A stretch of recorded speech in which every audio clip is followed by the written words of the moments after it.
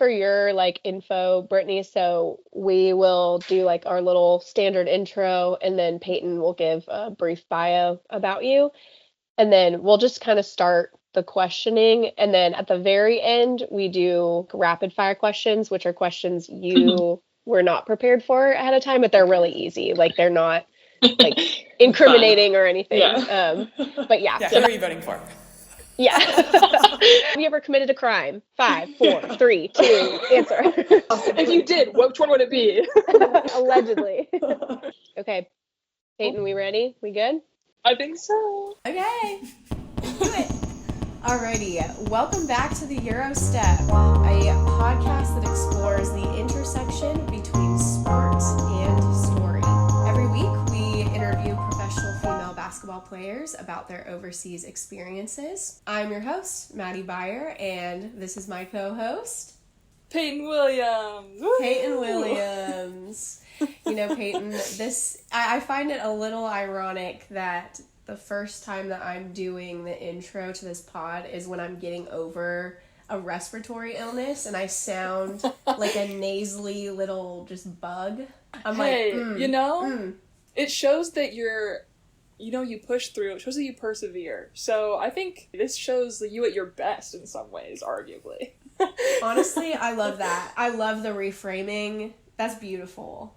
I mean, the sad thing is that you don't get to say your joke as the host, so... But it's fine. Luckily, great transition there. Luckily, the wonderful guest that we have on today, we are able to use this joke. And so I'm going to turn this over to you, Peyton. Who do we have on this pod today? We have Brittany Brewer. I hardly know her. Welcome, Brittany. Yes. Hi, I love it. Yes. It's perfect. That is our running joke with Maddie each week, and so I have to say I made a doc of like the questions and stuff for preparation, and lo and behold, I look back and the title is edited to Brittany Brewer. I hardly know her. That's pretty great. That's the one joke, and it's a crowd pleaser, you know? Like, it's a crowd pleaser. I don't think I'm the crowd. I'm the crowd too. Yeah. Okay, good. So, Brittany, where in the world are you right now? Right now, I'm in Jalapa, Mexico. It's in the state of Veracruz, so close to the Gulf of Mexico. Yeah. Ooh, okay. And what are you doing there? I am on vacation. No, I'm kidding. I'm not on vacation. I'm playing basketball here in the Mexican League for the summer. Awesome. And have you played in Mexico before? Is this your first time? This is my first time. I tried to go last year. It just didn't work out, and so this is my official first time. Yeah, so I've been here a month and a half, so. Wow. How have you liked it? It's good. It's way different than European League, but it's good. Yeah. How many Americans are on your team? We can have 8 foreigners, so yeah, there's 8 of us, but we're not all Americans. We've got a lot of Europeans on my team too, so. Okay, got it. Wow, I've heard good things about Mexico. I've heard it's really fun. So has that been your experience so far? Yeah, it's definitely like high pace, like everything. Yeah. You play back-to-back games. You kind of have a new teammate like every week, so it's just crazy. Yeah, but yeah, it's unique and it's fun, and the people here are amazing. So it's been really good experience so far. So cool. Do you know Spanish? Like, do you have any Spanish background? I'm learning it right now. I've been studying it for over a year because I played in Spain last year too. So I was like, this is also a good opportunity to continue learning. Absolutely. Yeah. So I'm trying to be fluent. Absolutely. So I would love to be fluent in a language and get to practice it when I play basketball, but I'm always so nervous. Are you good about practicing? Yeah, I'm good. Like, I don't care if I mess up. Like, that's probably a problem. I have issues listening though. That's where I like am stumped. I have no idea what's happening. Maybe I could communicate, but I don't know what's going on. You're just like, I'm just gonna talk and they can just listen to me. I'm the star here, okay?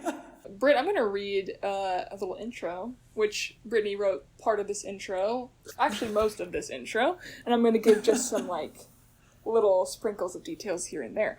So, Brittany Brewer is a West Texas native. She played all 4 years in college at Texas Tech, and she was an All Big 12 first-team selection, an All-American honorable mention, and she won a silver medal with Team USA at the Pan American Games. She's going on her 5th year as a professional, and she has played for the Atlanta Dream here in the States, as well as in Israel, Belgium, Greece, Spain, and now in Mexico. So a little bit of more details about, we'll start in college. So, like I mentioned, an All-American honorable mention, All Big 12 selection. She, just under, 1,500 points, I think, and, under 100 rebounds, and had, 100 rebounds is not right, actually, because you have more than I don't that, think but that, I was like, oh. I was like, well, I did not do my job. Because I was like, that's not right. But you have, over 289 blocks. So, incredible. Also, how tall are you, Britt? Yeah, I'm 6'5", or 196 in centimeters. So. Wow. Yes. Yeah, super tall. Right. So you have a little bit of an advantage in that way. Let me find how many rebounds you actually have, because that's crazy that I wrote that down incorrectly. I actually don't know, so I can't correct you. I hope it's wrong. Right. But while I do that, when you were little, did you picture yourself playing basketball in college? Was that always the goal? Definitely.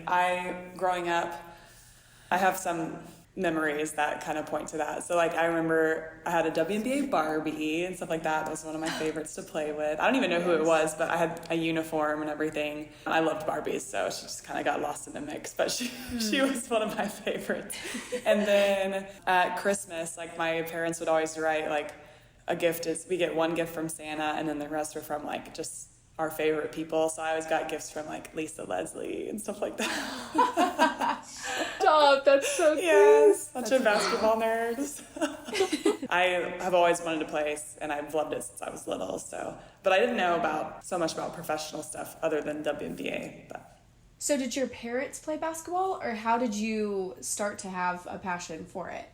Yeah, my dad played in college at Wayland Baptist's NAIA, and my older sister played, and so I was on her team when I was younger because I was too tall for the little ones. My dad lied about my birthday so I could play with the tall kids. Wow. So yeah, I've played since I was 3 or 4, so a long time. Wow. So how far apart are you and your sister? She is 2 years older than me. Okay, so you were playing on a team with people who were 2 years older than you, essentially. Yeah, when I was younger. Okay, yeah. I mean, do you feel like that made you a better player, just playing with older, more skilled? Or not then. Not then. There was still the difference between a 4-year-old and a 6-year-old. Oh, I guess that's pretty. Yeah, that's fair. That's fair. I guess it's a little more negligent, the difference. None of us can dribble. We all still travel. Yeah. Right. Little kid basketball is so funny. Oh my gosh. It's a blast to watch. I love it. By the way, it was just under 1,000 rebounds. Okay. That's my bad, because I just missed a zero, so I'm gonna say those things again because just to get it succinctly and to make you sit through it one more time. So Brittany scored just under 1,500 points. She collected just under 1,000 rebounds, and she had 289 blocks or something, which is wild. So anyway, that's Brittany, that's not even all of who Brittany was in college, but she had a lot of success in college. You had a lot of success, Brittany, but your team didn't always have a lot of success, and you stayed there for 4 years, which, as we see, is becoming a little bit more rare nowadays. So can you tell me about what inspired you to stick around on a team that wasn't experiencing or mirroring the kind of success that you personally were having? Yeah, we definitely were not having success. That's an understatement. My sophomore year, we won one conference game, and we had a Gatorade party after the Who was it? Kansas away. That was a good memory. Our one conference. That's so funny. Anyways, so definitely didn't have a lot of success team-wise, which was a challenge. Because that's really what you want. But I think what made me stay, there were some several factors. I was closer to home, and my family got to come to all my games, and I loved my teammates. Like, there was a couple times I did actually, like, enter the portal or stuff like that, like when there's a coaching change and stuff like that. And in the end, like, I just didn't want to leave my teammates. There was a couple that were still there, and we were like, we're in this together. And then I also, whenever I would think about it, I was like, when I signed here or signed my letter of intent, I had the goal to stay here 4 years. And players I looked up to growing up, Dirk Nowitzki, Tim Duncan, they stayed with the same team their entire career. And so I was just like, I looked up to them, and I was like, they can make it work through the ups and downs, like, I'll be fine. And they got championships, I didn't, but I only had 4 years. They had like 20, okay? Right. Yeah, but definitely it came down to my teammates, and then just this sense of loyalty that I had from the beginning. And I was just going to say, you know, the word loyalty came to mind while you were talking, and then you just said it. Like, it sounds, very much like loyalty for you is clearly something that you value deeply. Do you feel like that transcends the world of basketball? Like, do you value that just as highly, like, in other areas of your life too? Oh, for sure. Like, I'm super loyal with my family, and then really any job that I've worked, anything like that, it's like I never want to burn a bridge ever. Like, I just want to leave it either, better than I found it, or the relationship better than I found it. And so, I'm not a bridge burner. Yeah. So I wonder, how is that for you then, when part of your job is going from place to place, country to country, team to team? Sure, you have time where you are, but inevitably, you know, you're going to have to leave because that's just the nature of what you do. Is that especially difficult for you? Yeah, it really is. Like, when I think about leaving my teammates, I'm like, I'm so sad, because maybe what if I never see them again, stuff like that. And even if the club maybe wasn't like a amazing situation, I just still have a sense of gratitude and stuff like that. And since the contract's usually only a year, that's better for me, because if not, I mean, since I know myself, I could probably get stuck in a situation I didn't really want to be in. I just keep going back. Sure. You're like, I'm forming these deep roots. I don't want to uproot myself. Yeah, definitely. Yeah. I was the same way in the way that I stayed 4 years at K-State. We had a little bit more success, so it wasn't as tough. But, not hard to do. Right.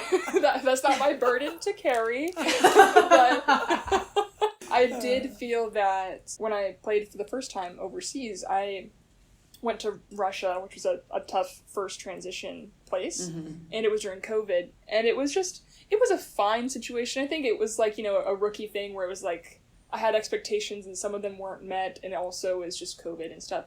But yeah, when it came time to make that decision of like, should I stay? Like, I feel a loyalty for some reason to this place for like taking a chance on me. Yeah. And it's kind of in my DNA. Like, I've been a sticker arounder basically. And yeah, it was a big moment for me to be like, no, I think I'm going to trust there's something else out there better for me. Was there a moment like that for you, your rookie season? Not so much. So my rookie season, I actually ended up cutting it short because I was in Israel. Oh, yeah. And then my mom was sick, so I was only there for a month before she got pretty bad, and so I ended up leaving then. And it was actually really hard for me to leave because I felt obligated to stay. I was like, I signed a contract, and I was really wrestling with going to begin with, but I'd already signed, and so I was like, let me go and figure this out and see if I can do it. And then it just got worse, and I was like, I had to pray for the strength to be like, hey, I need to leave, because it's really hard for me to do, but I needed to leave. So so something similar. You had to take a leap of faith to leave. It's hard. Yeah. I mean, a little bit different, but still a little bit of a different burden to bear. Yeah. Brittany's just carrying all of the burdens at once. Right. It's fine. She's quite literally taking ones for the team.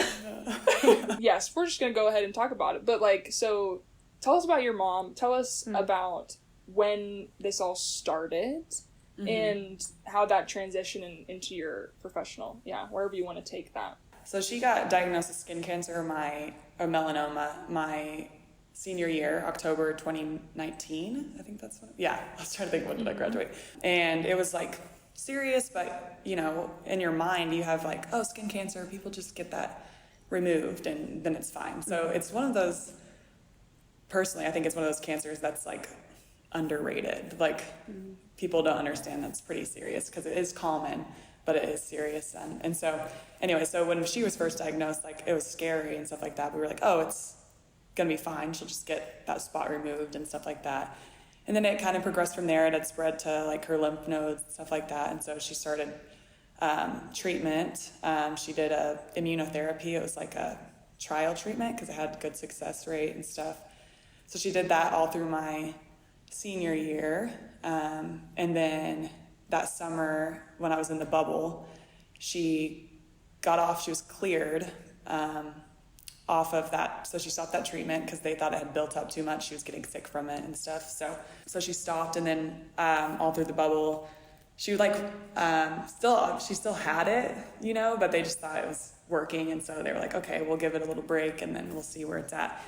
And so then, and she was still working through all of this. She's super cool, amazing lady. So, and then I got back home after the WNBA season in the bubble, and I was home for almost 2 months because I didn't leave till November because in Israel it starts super late. So it was really, really good time at home. But during that time is when it got super serious. I came home, or I woke up one morning because I was like, I don't have anything to do. I was chilling, and she had come home from dropping off my younger siblings at school. And she was like, I can't. She walked in the house with a shattered hip and drove home with a shattered hip. Wow. I was like, I can't. She was like, hey, I think you need to. She's crying a little bit. And I was like, well, what's happening? She's like, I need to go to the ER, I think. So I was like, okay. And I'm really bad in these kind of situations. So I'm like, of course it's me that's at home because I have no help at all. I'm freak out. So I was calling my dad and stuff like that. And so that's when we found out it spread really badly, and it was in her hip and wherever else. And so she started chemo then and had hip surgery and all of that stuff. And then I came home in December. I left in November, came home in December, and then she passed January 11th. So I had 2 weeks with her before she had passed. So it was really quick. It was a little over a year from her diagnosis to her death. So very fast moving, but yeah, it was whirlwind. Oh my goodness. Yeah. Gosh. Oh. Well, thank you first of all for sharing that. That just is, there are no words, right? First of all, just with losing your mom, there are no words that suffice, but just your courage and vulnerability in sharing that, we just honor that first of all. Thank you. What's your mom's name, by the way? Melanie. Melanie, okay. Mm-hmm. What a beautiful name. Yeah, I like that. So if you don't mind, I just want to linger here. I won't interrogate you with a ton more questions about this, That's but okay. What do you think, when you look back on your relationship with your mom, what are things that come to mind of just highlight reels of your time that you've spent with her? Yeah, I would say my mom was the biggest cheerleader. She was at all of my games and whenever she could be, that kind of stuff, and drug my younger siblings there, so they had to endure all that, weekends in the gym and stuff. They're like, I don't want to go to Lubbock again. Anyways, but there's free canes at the games. Anyways, yeah, so she was my, I would say, my sounding board throughout my career, a relentless cheerleader. I remember I never really fought with my mom, but the only times we fought was when she was encouraging me, because I'm super anal about how I perform and stuff like that. And so I'd call her after a game or something, and she'd be like, you did so good. And I was like, don't say that. And then we'd argue about it. And then I'd be like, okay, well, we don't need to talk about it anymore, because she would not give up, She's just like, no, it wasn't that bad. You did good, blah, blah, blah. And I'm like, I didn't do good. So I love it. So dramatic.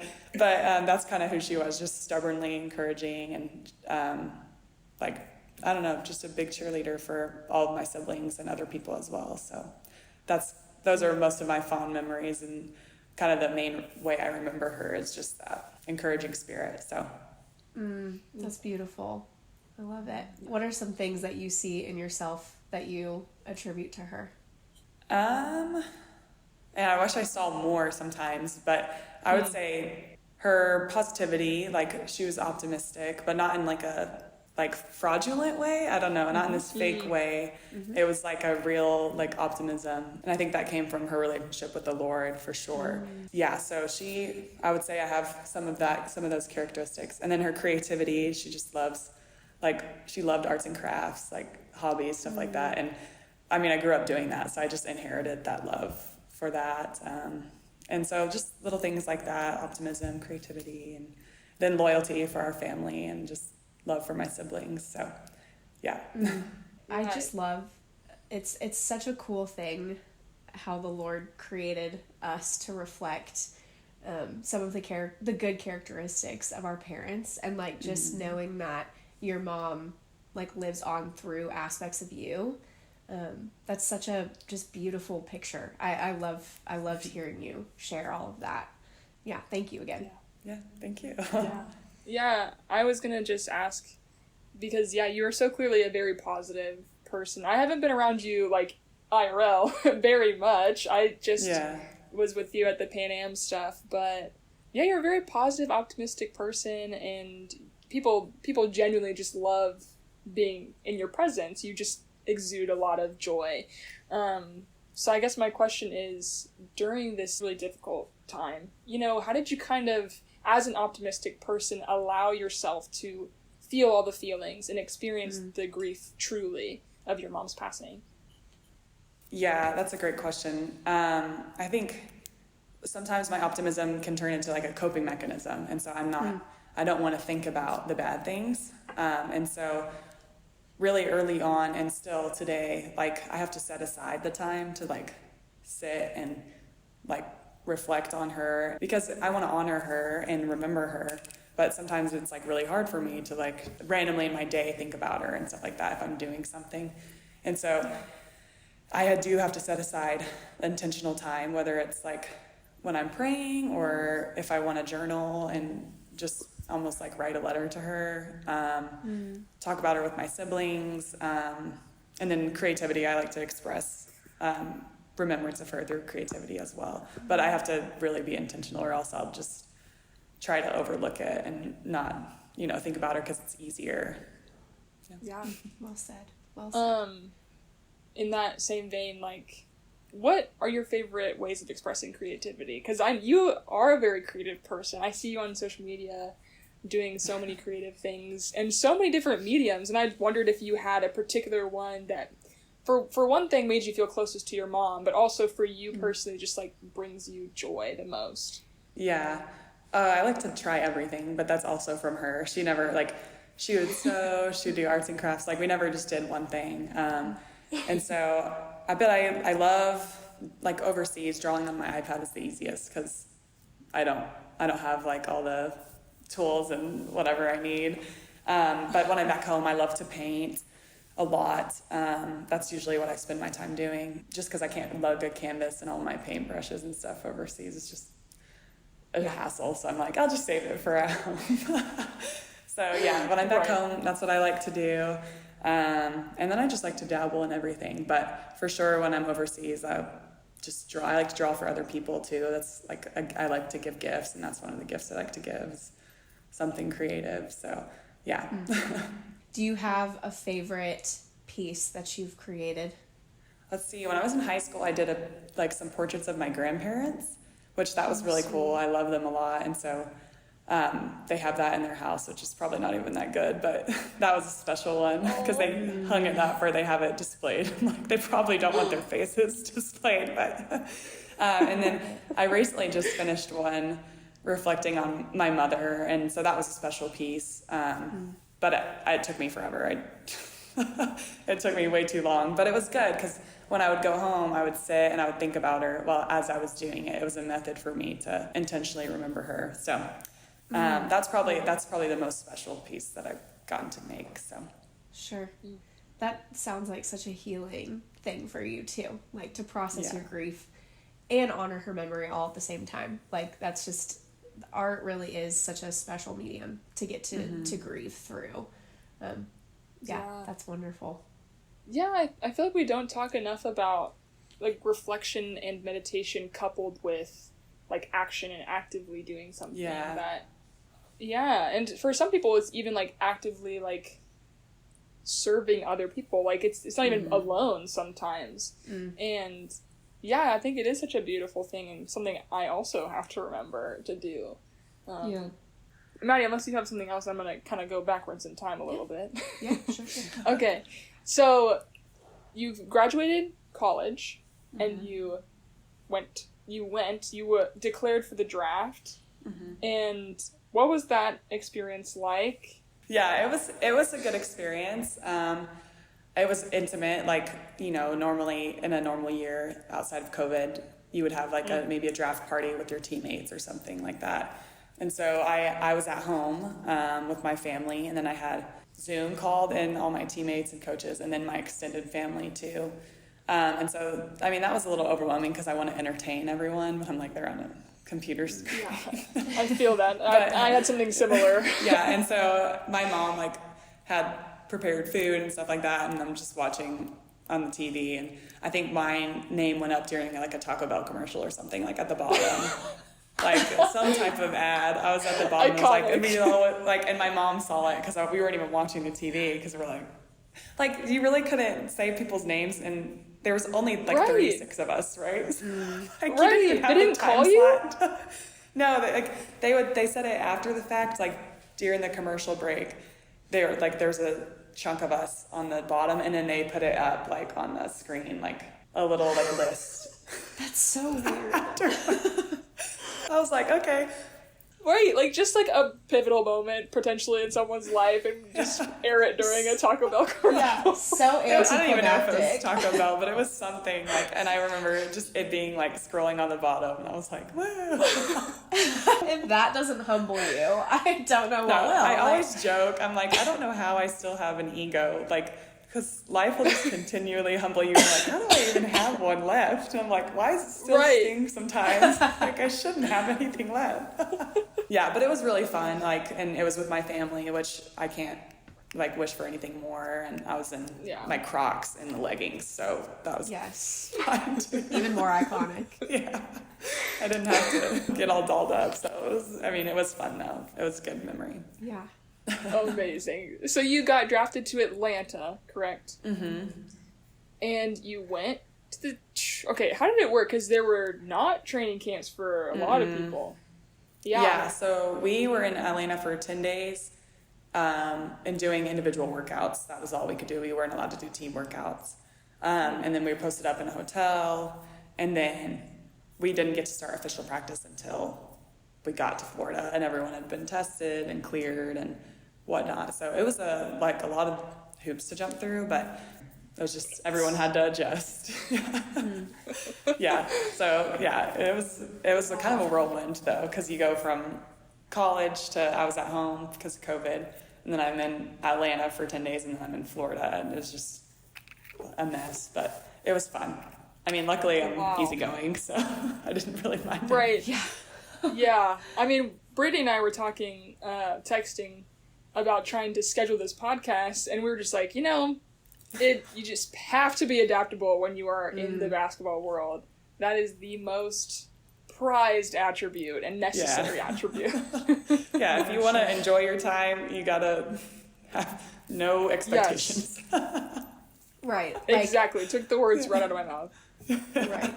Like, maybe you don't expect to learn that you've been drafted in the middle of a Taco Bell commercial, but you have to manage those expectations when things like that happen. And I do want to say, for people who don't know how it, like, typically works, like, on a non-COVID year, which, I mean, honestly, I don't know how it officially works in some capacities, but, like, the draft happens, and then the people who get drafted, like actually drafted during the draft, there's also a period after where people can get invited to training camps. And there are also periods before where people can get signed to training camps as well. But training camps are like how long is that period, Britt? I think it's normally like 2 weeks, roughly. Yeah, it's a like short 2 amount weeks. Of time. Yeah, like leading up right into season, because the WNBA season is in the summer. So the draft happens in like end of April, early May, and then the training camp happens for a couple weeks, and then the season happens. Cuts happen right around time season starts. Yeah. the full roster gets decided, and then there are cuts that can still happen while the season is still like getting started, I should say. But yeah, so you forewent all of that. You're like, boom, on the team, boom. Which, I mean, I guess, like, how did you feel? Do you feel like it would have gone any differently in a quote unquote normal year for you? Or? Oh, for sure. I don't think I mean, I'm not going to say I won't think I made the team. Like, you have to fight for your spot and stuff like that. But I mean, I didn't have a pivotal role, you know, and I didn't play much or anything like that. And so in a normal year, I would imagine I would have been cut or traded or something like that. But in the bubble, it's like, it's hard to get players in there because of COVID restrictions and stuff like that. So once you're already like cleared, it's like you don't want to waste your breath trading people in and out from inside. And so it was a lot of inner trades, and then not a lot of cuts because you can't really bring someone in. It was difficult or something like that. And then there's deadlines for cuts, stuff like that, and trades. Yeah. There's trade deadlines. So a lot of that went into it. But I mean, I will own it. Like, there's no way. I probably I would have gone in and fought my hardest, but I'm like, geez, like, it was a wake-up call for me professionally. The difference, the physicality, I mean, all of that, just the pace of the game. And I didn't have that 2 weeks to really learn it either. Like, I had individuals, and then we went to practices and we played a game like a week later. Like, it was just super fast, everything. So there was no adjustment period for me. Yeah. So, yeah, it was a lot. So I have a quick question. So you've used the term the bubble multiple times. Yeah. So as a non-basketball person, could you tell me, Brittany, what does that mean? What is the bubble? Yeah, the bubble was like, it was coined by the NBA because they were all in Disney World and they couldn't leave. That's where the season was played in 2020. And so it was the same with us. We were all at IMG Academy in Bradenton, Florida. Not Disney World. Everyone was like, were you in Disney World? I was like, no. I think we have that budget. No, we're not in Disney World. Anyways, so and so all the teams are there, all the players are there. You cannot leave. We did not leave. We went to the beach on an isolated trip one day. You got tested every single day. Yeah, it was just, it's strict. You couldn't go to the store or anything. You had to order everything in, and they had to wipe it down and stuff like that. So that was the bubble. It's just like everyone was there, you couldn't leave, kind of thing. So yeah. Wow. And that continued like into because I went overseas, and Britt obviously didn't have that first like overseas experience in that pandemic year. But when we played Euro Cup, it was a similar thing where so it's like we have our national leagues and then we have like the international leagues. So you can obviously play within your country, and like whatever that country's rules are on COVID, that's what it is. And so in Russia there was not much, but then in the international, yeah. Also, side note, Putin like had said he had cured COVID at one point. So don't worry, everyone. Right. Putin has got it covered. So you were in the right country, Peyton. Yes, you were. The best country. Yes. But during Euro Cup, like international stuff, how they managed it was, like there would be bubbles in certain cities, and then you'd fly in, and you'd just have to be kind of isolated in your hotel with all the people who were playing, who weren't from that country. So yeah, it was a unique year. Like, I felt like I was in college again in the bubble for sure, because I'm on campus and I don't really do anything else besides basketball. And so it was chill, other than you were on a golf cart and like Brittany Griner and Reese Stewart and stuff like that are going by. You're like, yeah, this isn't college, but you're like casual. Right. Yeah. Wow. Do you feel like during that time, did you get closer to your teammates since you were really not allowed to go out? For sure. Or did it do the I opposite? think, okay. No, I was super close. Like, I had roommates. You could choose to live in the hotel or you could choose to live in an apartment. And the hotel didn't have a kitchen, and that just freaked me out. Like, I was like, I just need to be able to cook eggs if I want eggs, you know? Yeah. So it was just, I like my food, okay? Yeah. So I was nervous because I was like, rookies might not get the apartment option, you know? But I had my two roommates, Blake Dietrich and Elizabeth Williams. They're just super sweet, and they were like, "Yeah, you can come live with us." Like they're vets. Like I'm younger than them. They have experience, and I'm just like this goofy girl coming in and rooming with them. So they were really, really kind, and I think it helps with my rookie experience too. Like just because you're with them all the time, and you get a different level of relationship with them than you would maybe in a normal year when you have your separate lives, kind of thing. Sure. So, Yeah. mm-hmm. Yeah. Huh. That's a cool, I don't know what the word is, benefit maybe to that very unique year of playing. I mean, there were definitely a lot of detrimental things from that year, but that is pretty cool, just having and you being invited by two veteran players like that. As a rookie, I'm sure that made you feel good. Like, oh, yeah, I was like, are y'all sure? Protected, yeah. You're like walking in like, okay. If you want. Anything to be able to make eggs, honestly. Yeah. Like, please. Yeah, I think it was a good transition, honestly, for most rookies that year because it wasn't so different from college. And you got more time with your teammates and stuff like that. So there was pros and cons, like, obviously. But, I mean, like, chemistry-wise, relationship-wise, it was good for rookies, for sure.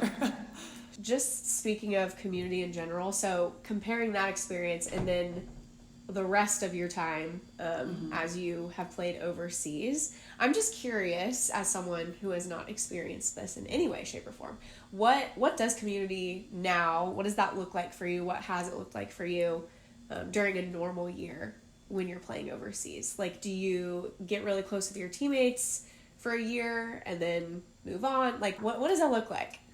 Yeah, I mean, Peyton, you probably stay in contact with a couple of teammates like that you leave. Like, you don't stay in contact with all of them. But when you're there, it's like, I feel like I'm super close to all my teammates when I'm there, and we really enjoy our company and hanging out with each other. And then there's just like 2 or 3 you keep in touch with because you just connected on another level. But I think my primary community is my teammates when I'm overseas. I mean, time difference, stuff like that. Like, I make it a point to call my friends and family and try to keep in touch. But, you know, it's hard because you're like, they have work, and I'm like, I'm not working in the middle of the day or something, you know? So I'm like, I'm free. Yeah, and so their schedule's a little bit different, and I'll usually try to call, like, my siblings before school and stuff like that during my nap time normally. That's sweet to sacrifice that. Yeah, I have a nap time as a 26-year-old. Right. Hey, you need it. You're working your body physically. Yes, you gotta. I do need it. Put in the rest. Exactly. It's part of it's literally part of my job. So. Right. There you go. You're paid for that nap. Yes. So. But community, I think, like when I was overseas, I've been a part of a couple like virtual Bible studies. And then when I was in Athens, like connecting with other teams and girls there because there's a lot of teams in Athens. And then I've been to a couple like local churches that I've tried to go to when I have like a Sunday off or something like that. It's not super convenient, but I tried to go when I could. So like in Belgium, the one was like an hour away, so not too bad. And then Greece, I just had to go to the center of the city, so that was fine too. But if I had time off, I would try to go. But it was short, you know, it was like a community in passing type thing. But it's cool to know that you have that wherever you go with the body of believers. So Right. Oh, that is so cool. That, again, yeah, what a unique way for you to be able to connect with other believers, like internationally. Not only are you connecting with just players, right, but you being a Christian have that extra level of community where you're like, okay, let's meet some people. Let's meet some Christians in Greece that I never would have met if I wasn't doing this job. Was there any like church experience that you had that stands out as really unique or interesting or just different? I would just say the international church is that it's more international. Like when you go to a church in Europe, it's very diverse. Like most of the people there probably aren't even from that country. They're immigrants, or it's just this big, beautiful melting pot. Like it's so unique because in the States, it can be very cultural, and you've got a lot of the same cookie cutter type. And I'm not saying people aren't unique and have their own experiences, but it's very cultural and like normal, you know. But then over there, it's like most of the people you meet are not from there. They're all from different places. And so that was always really cool for me and a good experience just to see it outside of the American lens, you know. So Yeah. it was special. So cool. How has living overseas made you view your faith in a different light? Has it changed some of the things that you've thought about your own faith living overseas? Yeah, I would say it has. It's hard because it's a decision I have to make. It's not at my doorstep anymore, you know?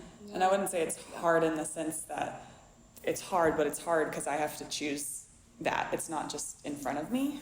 And so, you know, it's my choice now. And so it's not necessarily convenient as it was when I was in college and growing up and stuff like that. But it's just proven to me that it's just a constant in my life. Like, I mean, I'm on a different team every year per se. I have different experiences and ups and downs, and I don't go home for 9 months, stuff like that. But the whole, like, I can always count on that to be there, my relationship with Christ and stuff like that. And so that's probably what's revealed to me more, is that it's constant. That's one of the only things in my life that is. So true. When you were in the international church, did they speak just English, or did they speak Greek as well? Yeah, so the ones I went to in Greece, they had a Greek service and an English service, because in Greece the second national language is English. Because there's a lot of English speakers, so they did both. And then when I was in Belgium, I went to a church in the Netherlands, and it was English because it was such an international body. That was the common language. So so most of the churches that I'll seek out are English. So that's why I'm trying to learn Spanish, because I was like, if there is one, they're going to be speaking Spanish. There's not going to be an English one. So I was like, that's also a motivator for me in that regard. Absolutely. Kind of pivoting, but kind of not. So I'm just interested in the core values conversation. So obviously your faith is a huge part of what you value. And we've talked about adaptability, we've talked about loyalty, creativity as all these different values. But I mean, do you have a set of core values that you try to live your life by? Like, have you articulated those or identified those? Yeah. I've held the same one since I was in college, probably. Like, maybe swapped out a few, but I would say I have 3 that are like consistent in my life. Enthusiasm. I'm like, whatever I want to do, I want to have enthusiasm for it, even if it's, I don't know, the worst thing in the world in my mind. Because then to me, it's a waste of time if I'm not doing it with my whole self. So that's one of them. And then integrity. I feel like that's a pretty common one, but I want to be through and through what I present myself to be. Yep. And then perseverance is another one that I've probably might have had, but it's kind of taken on a new meaning to me since I've gone through a lot more of adversity and stuff like that. Wow. So I think those are the 3 that I've always want to make sure I'm aligning myself with. So yeah, and positivity obviously is important to me, but I don't want to, but I can always, I mentioned it earlier, use it as a coping mechanism, so I have to be a little careful with that one. Sure.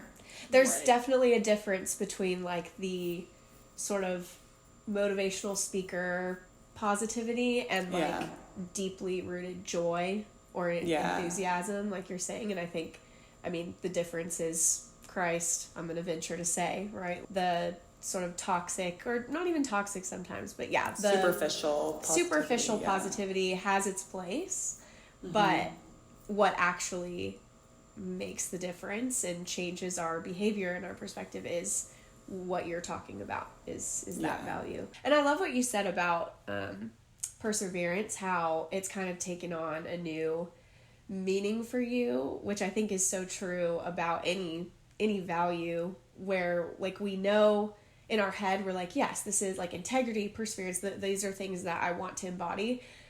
But when it becomes not only head knowledge, but then heart knowledge, and we have to actually live those values out, we're like, oh, this is harder. Oh, this is what that meant. I don't actually like that. I have to actually choose to persevere in this hard situation rather than just saying I value it. Our perseverance wasn't about the down and backs I was running. Darn it, that was the least of my worries now.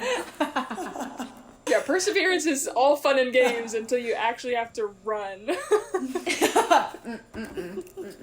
That's probably the main reason why perseverance is not one of my main core values, because I just know I'm like, God's gonna call me to be a runner, and I just don't want to have to live that out.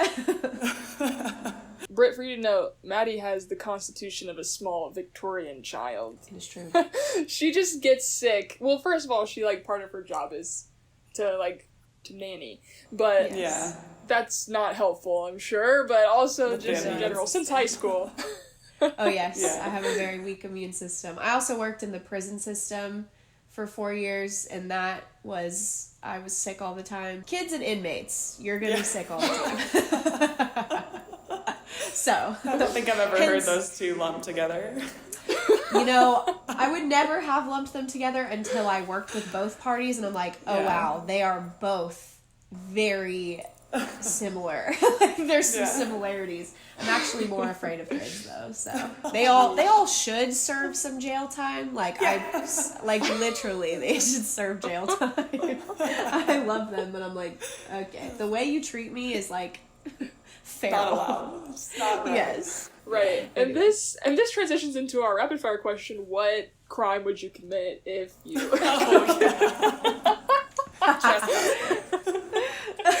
Trespassing. And just like so casually, vehicular manslaughter. That's like just so casual. Can you imagine? It just really just puts a damper on the podcast. I'm envisioning, like, you know, those BuzzFeed quizzes. Like, I'm surprised they never did, like, tell us what crime you'd want to commit, and we'll tell you what your future looks like. Yeah. Which character on prison. Orange is the new black are you? Tell us your death row meal, and we'll tell you which crime you committed. Yeah. Well, honestly, we're giving BuzzFeed ideas right now. Yeah, hire us, please. Yes. Okay. Yes. Let's transition though into the rapid fire questions, and let's not bring up anything that could get us in trouble with the law. No incriminating things. Okay. No incriminating things. At least while we're recording. I'm a mandated reporter, and I don't want to have to do the paperwork. So, Brittany, are you ready for some rapid fire questions? Alrighty. First one, we're gonna put you on the spot. Spotify. Pull up your Spotify or Apple Music. What is the last song that you've listened to? I know exactly what it is because I just listened to it before. The Birds of a Feather by Billie Eilish. I love it. It's so good. Okay. That is a good song. Yeah. I've just gotten into that. Do you have a TikTok account? I'm pretty sure I still have one out there, but I don't have the app. I use Reels now. You're a Reels different. girly. Gotcha. Different drug. Okay. I only ask because that's how I know the song, just because it's blown up on TikTok right now. I'm an album listener, so I listened through the whole thing and then I watched on. So Okay. So what would you rank this specific album, scale of 1 to 10? I mean, I like it a lot. I think it's one of the first ones I listened to all the way through anyways too. So I'm not sure I'm exactly a fair one, but I would say it's an 8. Okay. Solid 8. Ooh. Yeah. I like Solid it. 8. What are you watching and or reading right now? I am reading a book by Kristen Hanna. I love historical fiction.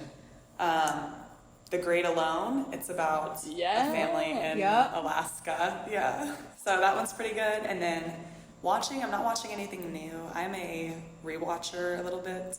And I love the show Grace and Frankie. It's my, I think, all-time favorite show.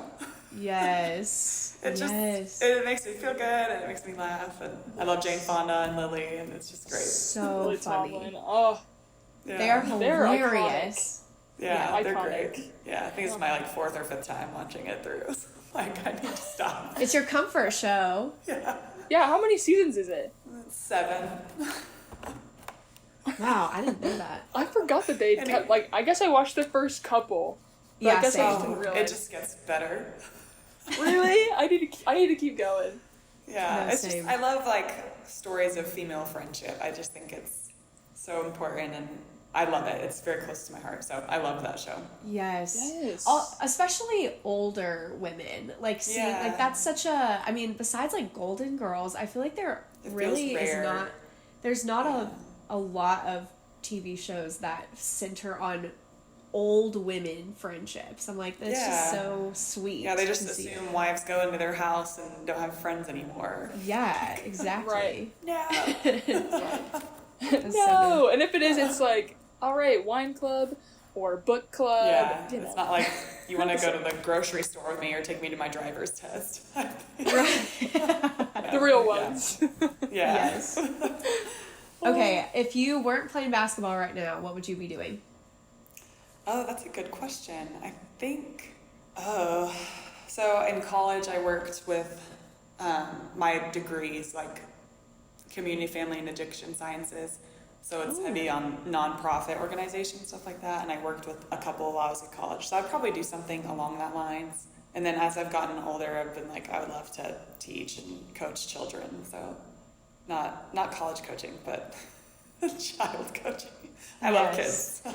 Yes. Yeah. Oh, that's amazing. So, I mean, that's like a future endeavor, even. Yeah, like, true. Yeah. That's so Yeah. cool. Thought about it, so we'll see.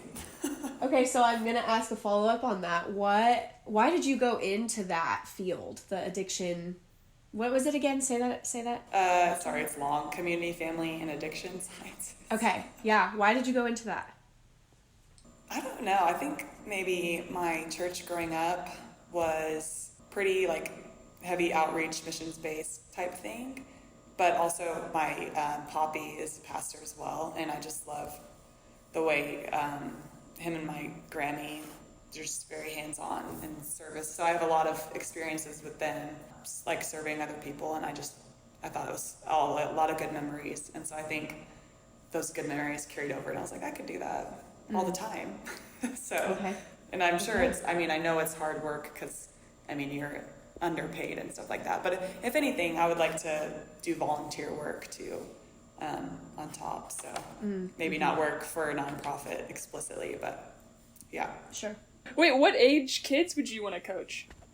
I've thought about this. I love like 11, 12-year-olds. Like when I'm back home, I'll sometimes work with like our local nonprofit or whatever, working with girls that age. And I like high school too. And little kids are goofy and silly, but I don't know if they drain you so fast. The really small ones. Yeah. I'd say middle school, high school. Yeah. Nice. Well, there's an opening around here if you want to move to Topeka, Kansas.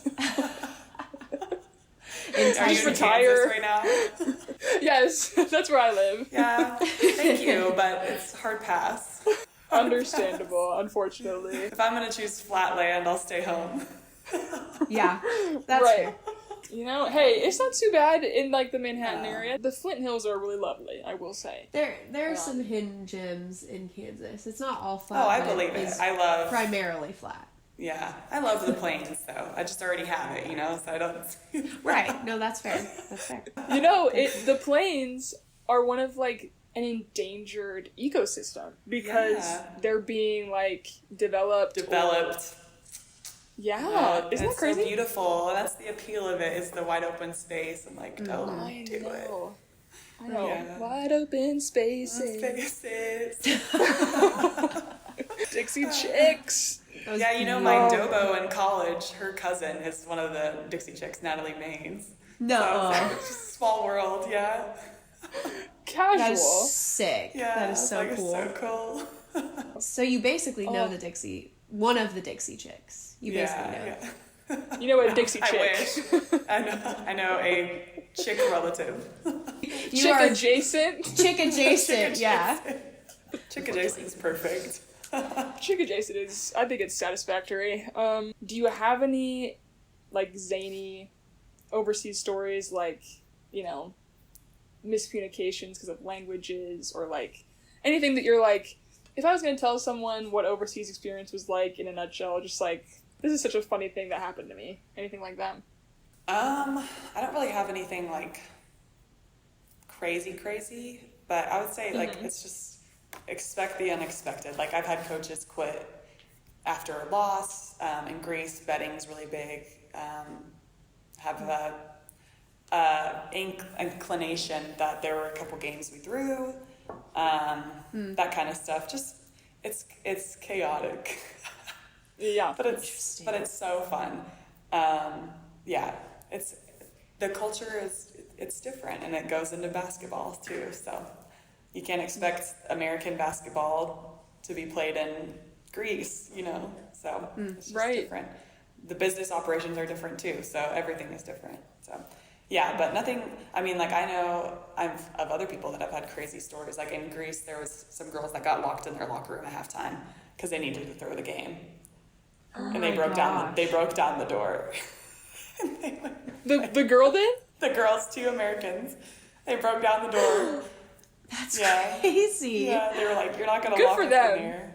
Yeah. Well, they didn't, and they didn't really understand what was happening either. So they're like, why are we locked in here? Yeah. What's the game's being played?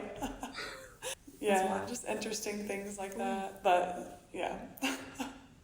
That's a great story, but yeah, yeah, good. I've heard it's not people. Mine, but it's great. Right. I mean, I that's the same with me.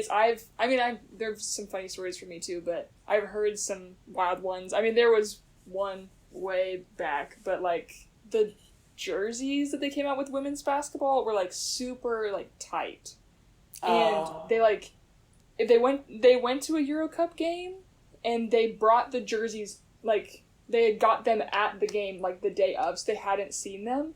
Mm-hmm. And so the girl, like, the American that was going to play on the team, like, saw that, like, tried to put it on, and was like, I'm literally not going to play in this. And because it was so, like, so bad. And so they had to go, like, find a men's jersey for her to play in. That's pretty great. Yeah, the gear is, like, just interesting. Yeah, and there was I think one of the old Euro Cup logos for our Euro Cup women was scandalous. Like, it looks like a advertisement for a strip club or something. Oh, like a gentleman's club. Yeah, it's interesting. Gosh. I was like, I took a photo of that. I don't have it with me right now, but I remember being like, was that legit, the logo? And yeah, sure enough it was. Yeah, man, it was bad. Some interesting. Wild. Oh, and then in like Spain and Greece, the fans are like really great. I think it's like in Greece they can be borderline disrespectful. You'll get spit on or something, or beer can thrown at you, whatever. But in Spain they're just like, I don't know, I haven't seen like women's basketball supported like that. So there's some cool, amazing things about overseas and the cultural differences too. So that's true. And I mean, like you said, it's been a very positive experience for me too. And even though it's very different and there are some things that stick out in a way that are like, that's crazy, there's largely a lot of really great stuff. And I'm glad that you've experienced that as well. Yeah. And if we didn't have our personalities, maybe we'd take it differently. But if you're open and you're accepting of different cultures, you're going to have a great time. Well, I think that's all the questions I have. Maddie, do you have any more questions? I'm good. I feel like what I've taken from this is that I do not want to play basketball in Greece because I could be spit on or locked in a locker room. So I will be taking that off of my list of places to play basketball. Yeah.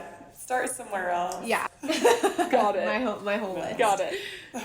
You're like, noted. All right. Yeah, never mind. Yes. Well, Brittany, if you could bring one restaurant with you to Europe, what would it be? Oh my gosh. What is your answer? Do you have one?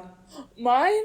I think I'm such a Sonic girly. I'm a product of Topeka. Wow. We love answer. Sonic. We love Sonic, and I think Sonic would kill. I think it would kill because they don't have like slushies like that in Europe. Okay, that's hilarious. First of all, that's funny. I was not expecting Sonic. I would say we have I don't know if you've ever been to a Rosa's. It's in Texas. It's a Tex-Mex fast food type chain, but not fast food like Taco Bella or Taco Bell, that kind of stuff. It's like, I don't know. It's in between, but it's like the first thing I get when I go home, that kind of stuff. Just, I love Tex-Mex, so I'd bring that with me for sure. Well, hey, we can have Sonic and Tex-Mex together. Yeah. Should we? But should we? We could, but should we? Yeah, I found like the Mexican food overseas is just unsatisfactory. It's just not good. I'm like, you can find a decent burger, okay? You can find decent other things, but Mexican food's a no. I mean, thank God you're in Mexico, though. I mean, Yeah, it's different than Tex-Mex for sure, but it's still good. yeah. Yeah. I mean, have you Yes. eaten good? Like, have you eaten good food since you've been there? Yeah, it is good. We actually have a chef here, and so she makes everything. So, I mean, most of it's not Mexican food, but when I've gone to a restaurant up the street or something, it's delicious. Really good. Very good. I can only imagine. Well, Brittany, thank you so much for being on our podcast, for gracing us with your lovely Yes. presence. Yes. Your story is really powerful, and thank you so much for sharing it. And just good luck with, how much longer will you be in Mexico? The season ends, like, for sure August 5th, but that's finals. So Okay. it's, yeah. And here, I mean, you gotta take every day, day by day. It's at-will contracts and cut you whenever. So, yeah, it's just That's in and out, so you never know. But the playoff structure is August 5th. Okay. Okay, do you know where you're gonna go, after? Yeah, I signed with the same team in Spain, Odraski. So this is my first year playing with the same team, so I'm excited. Yay! That's so Yeah, great. it'll be fun. What I'm hearing is, I need to come visit you in Spain. And I'm in the Basque country, so they don't identify as Spanish per se, but it's beautiful. It's northern and mountains and stuff like that. It's unique. Gosh. It's not what you picture when you picture Spain. You think Enrique Iglesias Catalan, like the beach and stuff like that. It's very different, but it's very beautiful. I love it. Okay, well, you might have a visitor, just Come be on. expecting that. Maddie will hop in my luggage, she'll come with. Oh, yes. Oh, yes. Oh, amazing. Well, Thank y'all thanks so again, much Brittany. for having me. Thank you, Brittany, so much. Yeah, I'm excited for this. Yes. Thank you for having me and letting me share, and I'm excited for the other episodes too that y'all come out with. It's gonna be cool. Woo! So we'll see you guys next time. Thanks again, Britt. Okay, anyway, I'll stop recording now. But good Okay. job, Britt. You did great. Thank you. Ooh.